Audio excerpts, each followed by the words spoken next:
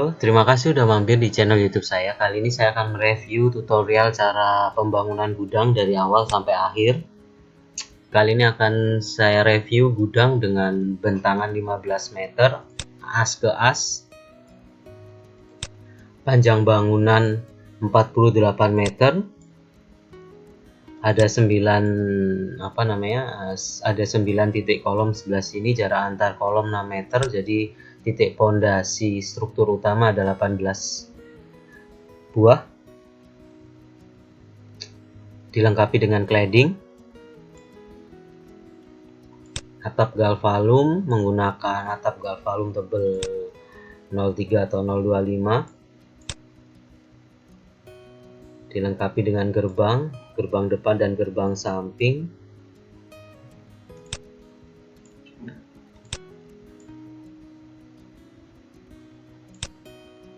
Jadi gambar yang saya gambar ini gambar 3D detail ya, gambar kerja, bisa diaplikasikan di lapangan. Jadi gambar udah gambar detail, siap kerja. Oke, kita bongkar lagi. Atapnya saya bongkar seperti ini keadaan dalamnya, seperti ini denahnya. Untuk bagian depan ini kita mundurkan untuk dinding cladding dan dinding bata. Ini dinding bata setinggi 2 meter, selebihnya pakai dinding cladding bagian depan ini. Dan bagian depan ini kita masukkan ke dalam buat parkiran, jadi lebih kuat juga fungsinya buat kanopi bagian depan. Ini bagian dalam, bisa kita lihat di sini.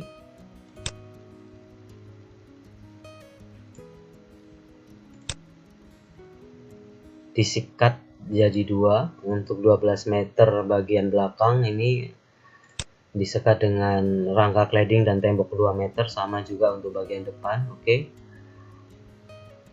saya ulangi, ada 18 titik pondasi untuk struktur utama ya, dan 6 pondasi kecil untuk struktur kolom ekstra.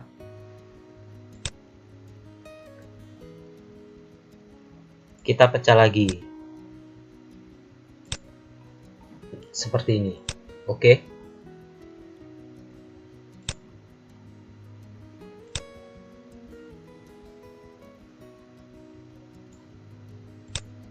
kita cek untuk akurasinya. Untuk lubang bautnya ini detail sekali, gambar saya ini saya detailkan karena buat gambar kerja juga. Lubang bautnya, join kolom dengan rafter ini,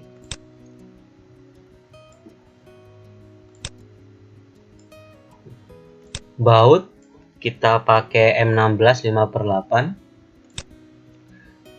dengan kualitas HTB.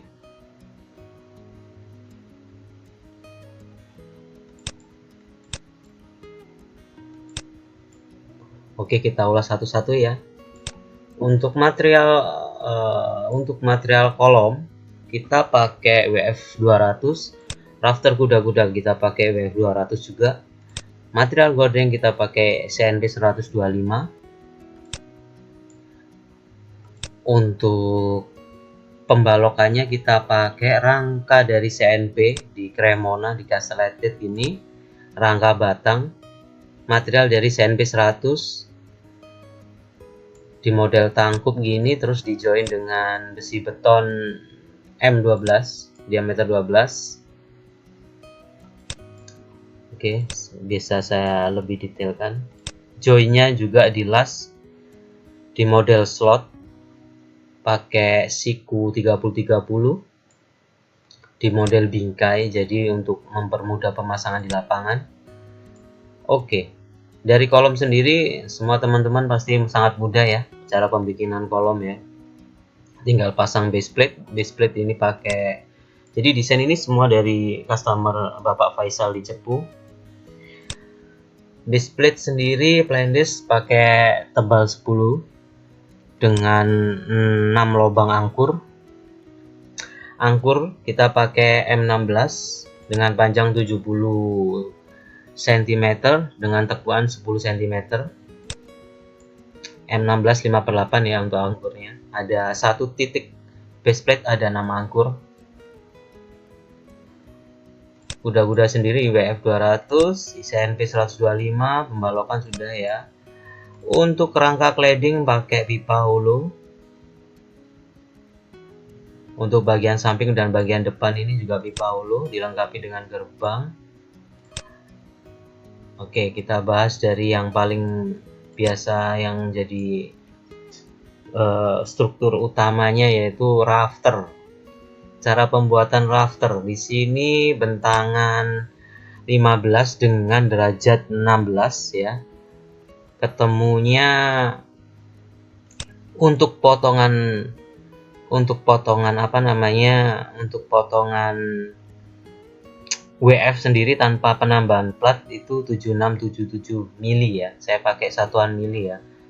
Jadi bukan senti. Jadi untuk keakuratannya juga. Untuk mal derajatan seperti ini. Dengan derajat 16, derajat kemiringan 16 ya. Sisi miringnya ketemu 208 mili.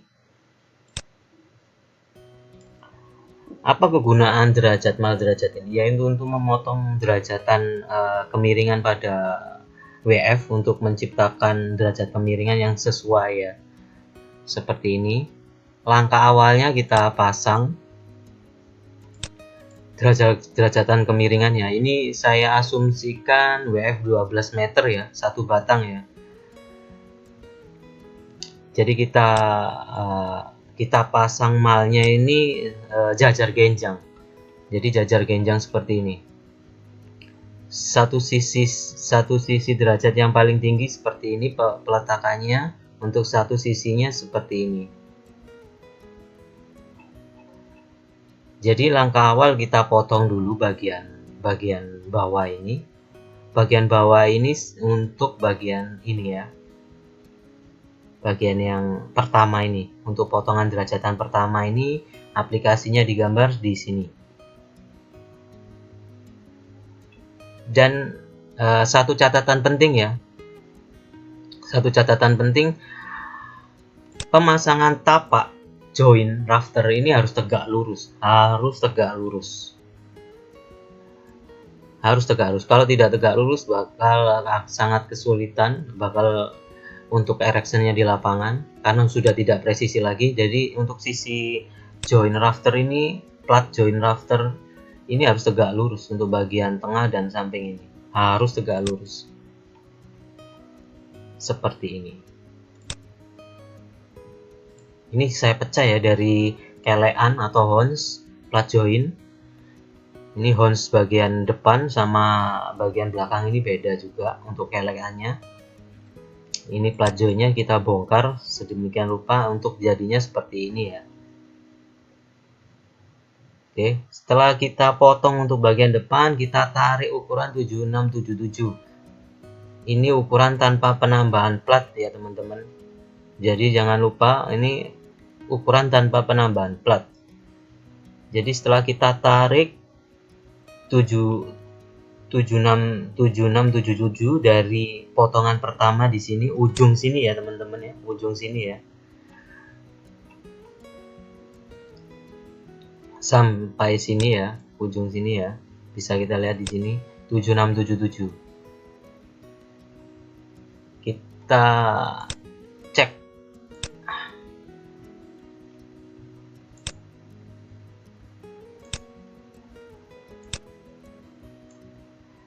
(7677) ya. Untuk bagian bawah pasti mengikuti 7677. Kalau tidak berarti potongan Anda atau potongan teman-teman ini ada masalah. Jadi ntar peletaan tapaknya ini nggak akan tegak lurus.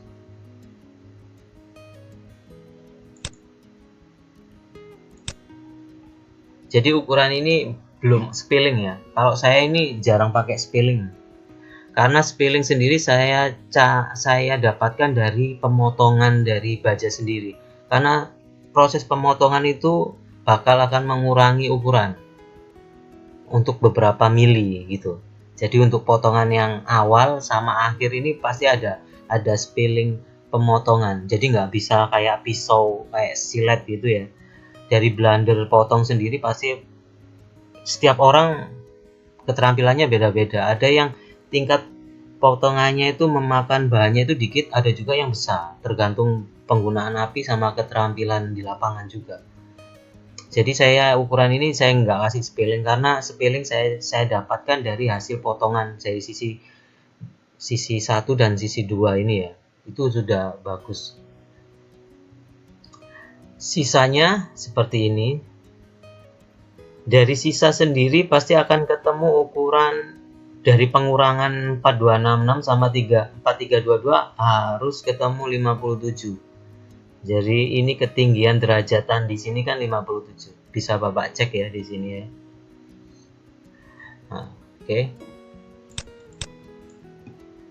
Oh iya, banyak yang bilang standar pembuatan rafter kuda-kuda itu bermacam-macam. Ada yang menggunakan kalkulator, pakai rumus trigonometri, oke. Ada yang dibentang di lapangan, oke. Cuman kalau dibentang ini miss-nya bakal apa namanya, tingkat errornya bakal lebih tinggi, karena kan harus menggunakan, kalau bentangan tuh harus rata semua. Kita pakai derajatannya juga, pakai rumus trigonometri bisa, pakai derajatan busur kecil bisa, rata-rata di lapangan seperti itu.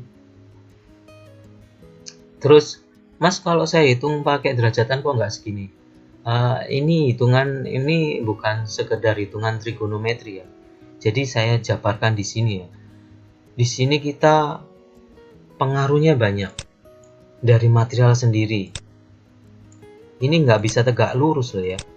Bisa lihat di sini ya. Karena ini platnya ini tegak lurus. Jadi untuk rumus trigonometri kan simple, segitiga aja gitu.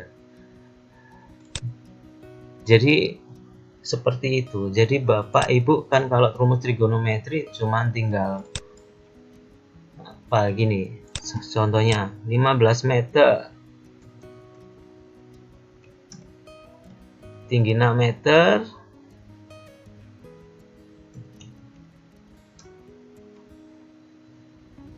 meter. Ini sebagai contoh ya. Banyak yang teman-teman yang bilang kalau rumus trigonometrinya nggak segitu Mas, nggak salah untuk bentangannya. Faktornya banyak. Bapak-bapak, ibu-ibu ya. Ini saya pakai derajatan coba 16.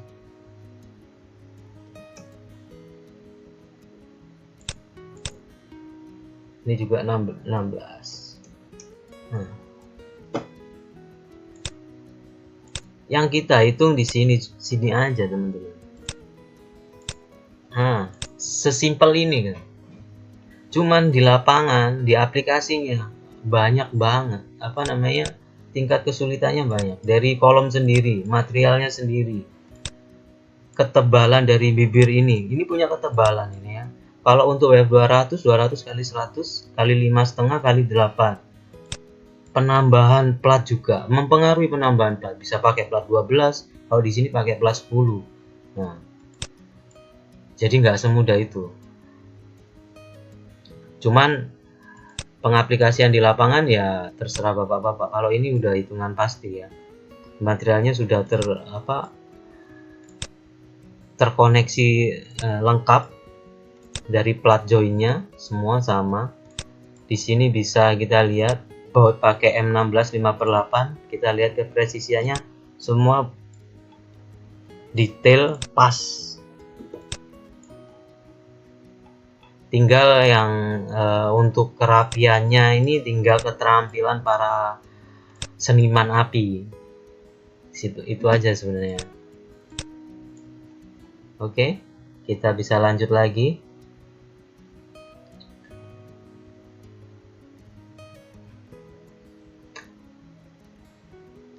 Jarak antar gordeng 1249. Jadi jarak ini saya dapatkan dari ini ya, langsung ya. Jadi maksimal saya pakai 1,2 lebih lah. Nggak sampai lebih dari itu, karena satu pertimbangannya langkah kaki para pekerja ya, biar tidak kesusahan dalam pemasangan atap sendiri, juga di sisi kekuatan juga. Jadi saya buat menerus ya, jadi untuk ukuran trik stangnya ini bisa sama dari awal sampai akhir nih sama.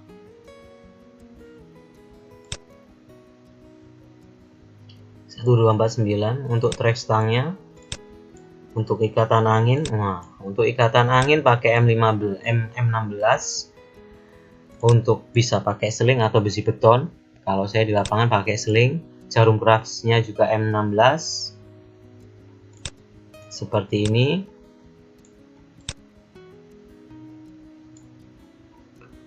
Plat sendiri ini saya pakai tebal 10 mili. Pemasangan bracing atau ikatan angin seperti ini ya, 101011. Oke, saya buat menerus ya karena tidak sampai 12 meter untuk panjangnya sendiri. Kita kembali ke balok sekarang. Balok kita pakai rangka batang ya. Bisa kita lihat di sini rangka batang terbuat dari CNP 100. Kalau untuk gordeng ini CNP-nya CNP 125.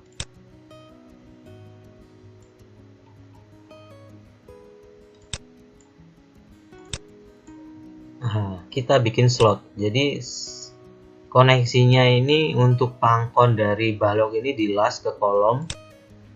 Jadi tinggal kita masukin, kita pakai spilling berapa biar gampang masuknya, kita slot, kita mal, kita ukur, baru kita kuatin dengan las.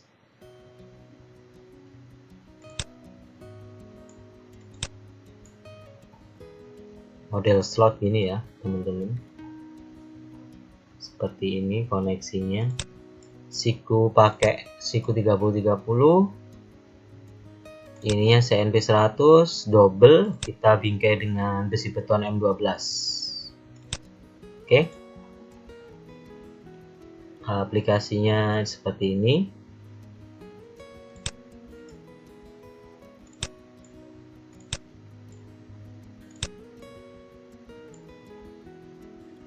Oke, untuk gambar kerja sendiri seperti ini. Hasil gambar kerja sendiri ya. Kita pecah dari gambar 3D tadi, kita pecah menjadi gambar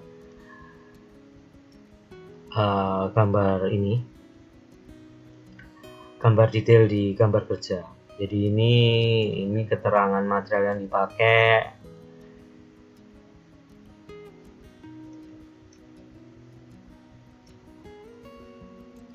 Dena kolom, ini detail ukuran dari base plate, fondasi, konsol, balok seperti ini. Untuk rafter kuda-kuda saya pecah juga seperti ini. Untuk CNP bagian depan ini ada sosoran 1 meter. Oh ya, untuk CNP bagian depan ini ada 1 meter. Material CNP sendiri pakai 6 meter ya, jadi joinnya bisa baut atau las. Kalau saya biasanya saya las biar rigid sekalian, kita lobangi. Untuk bagian tengah ini pas 6 meter. Yang 7 meter bagian depan sama belakang. Oke, kembali lagi. Ikatan angin, trestang, gerbang. Oke, itu untuk gambar 3D ya. Kita tampilkan ke ke bentuk gambar kerja ya. Dari gambar 3D ini kita pecah ke gambar kerja, jadi lebih mudah. Gimana teman-teman? Kalau menurut teman-teman mudah bukan pengaplikasian ke gambar 3D modeling detail ini dengan konsep build information modeling ini? Orang awam pun pasti bisa cepat belajar dengan konsep 3D modeling seperti ini. Gambar kerja yang full 3D, jadi tidak bingung, tidak harus punya kemampuan dalam bidang pembacaan gambar, detailing juga udah nggak. Orang awam pun, owner juga pasti bakal, oh ya kayak gini ya desainnya. Mudah untuk pengaplikasiannya. Oke, kita tambahin untuk ini ya, penghitungan rap ya. Ini ukurannya jelek sekali kalau menurut saya. Material sendiri ini untuk kerap untuk struktur utama ya. Kuda-kuda aja udah butuh 8 meter ya. Sedangkan material sendiri pakai 12 meter. Jadi saya akalin ini, jadi bangunan ini pasti bakal banyak sambungan untuk terutama untuk kolom ya.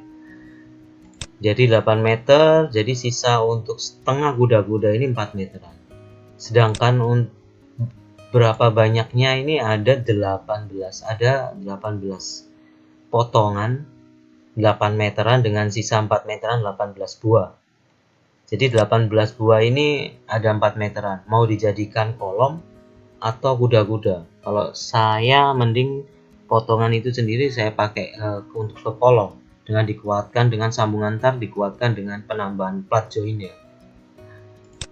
Karena untuk potongan sambungan untuk rafter ini sangat jelek ya. Karena sambungannya pas di tengah. Usahakan sambungan untuk rafter itu jangan sepertiga dari bagian panjang rafter. Kalau pas di tengah itu, kalau menurut saya tidak menyarankan. Mending potongan itu sendiri kita masukkan ke kolom. Jadi dari 18 itu 4, sedangkan tinggi kolom ini 6 meter ya. Jadi sisanya tadi ada 4 meteran 18 buah. Jadi kita ambil separuh aja. 9 kita butuh 9 itu kita buat kolom 4 meter, yang 4 meter kita potong 2 meteran untuk disambung menjadi kolom. Sedangkan sisanya 9 meter ini kita beli material full 12 meter, kita pecah jadi 2 bagian 6 meter 6 meter dan jadi butuh 5. Sedangkan yang dibutuhkan kurangan kolom 9 meter ini jadi 10 kolom. Jadi kita buang yang sambungan satu tadi, jadi totalnya di sini ada 8 sambungan kolom dengan ada 8 kolom dengan sambungan, dan ada 10 kolom yang tidak ada sambungan dengan rafter tanpa sambungan sama sekali. Jadi tadi butuh 18 plus 3 23. Jadi ada sisa sekitar 4 meternya 1, 2 meternya ada 8 potongan sisa ya. Itu bisa dibuat konsol sama kelean. Mungkin tutorial pembuatan gudang ini seperti ini. Semoga membantu untuk para seniman api. Kalau ada kritik atau saran bisa komentar. Oke, terima kasih. Semoga membantu.